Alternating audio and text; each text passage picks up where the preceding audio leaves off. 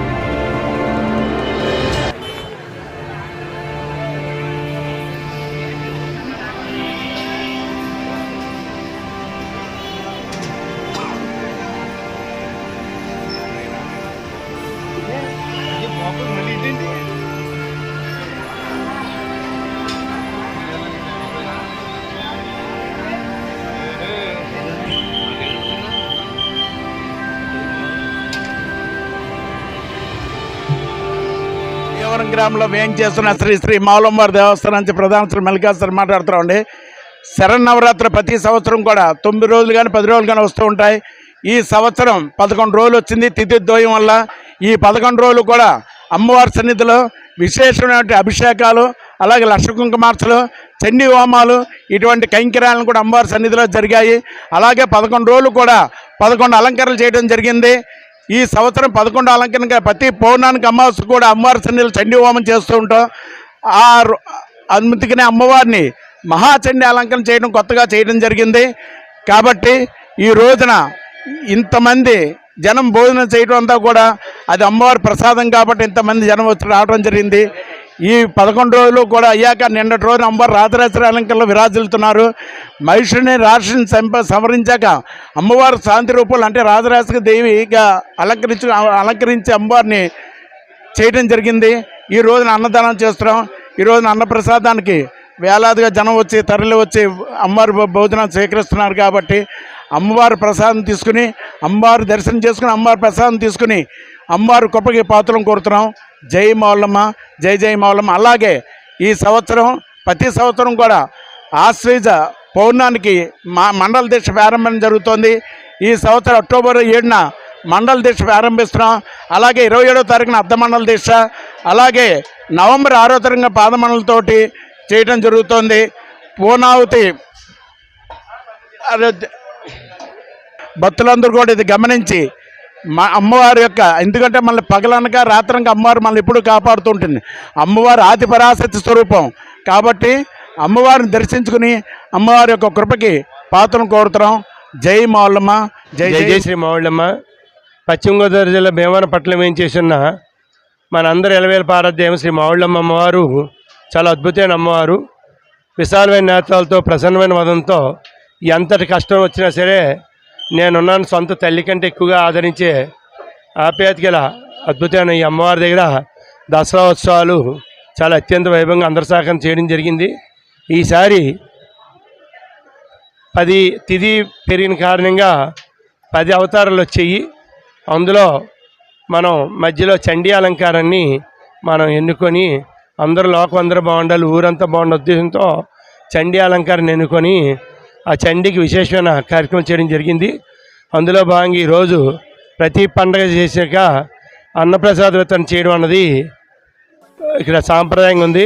ఆ సాంప్రదాయాన్ని అనుసరించి గౌరవ శాసనసభ్యులు అలాగే పట్టణ పెద్దలు వీళ్ళందరూ వెన్నుదన్ను సహకారాలతో విస్తృతంగా మన 12 నుంచి 15 మంది వరకు అన్నప్రసాద వితరణకి ఏర్పాటు చేయడం జరిగింది.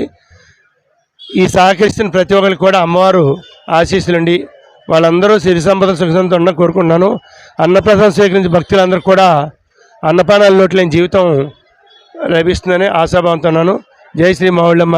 10 రోజులు కూడా మా గ్రామం పట్టణం చుట్టుపక్కల నుంచి మరియు ఎన్నో సిటీల నుంచి వచ్చి అమ్మవారిని తరించి భక్తులందరూ పూజ చేసుకుని వెళ్ళారు. ముఖ్యంగా ఈరోజు జరిగే అన్న సంతర్పణ, దీన్ని అన్న సంతర్పణ అనకూడదు, అన్న ప్రసాదం అనాలి. మొత్తం ప్రజలందరూ వచ్చి దీనిని అమ్మవారి నైవేద్యంగా ప్రసాదంగా స్వీకరించి తీసుకుని వెళ్తారు. సుమారు 15,000 మందికి దేవస్థానం వారిచే ఈరోజు అన్న సంతర్పణ జరుగుతుంది. అందరూ కూడా వచ్చి దీనిని వినియోగించుకోండి. అమ్మవారి కృపకి అందరూ పాత్రులు కండి. జై మావులమ్మ.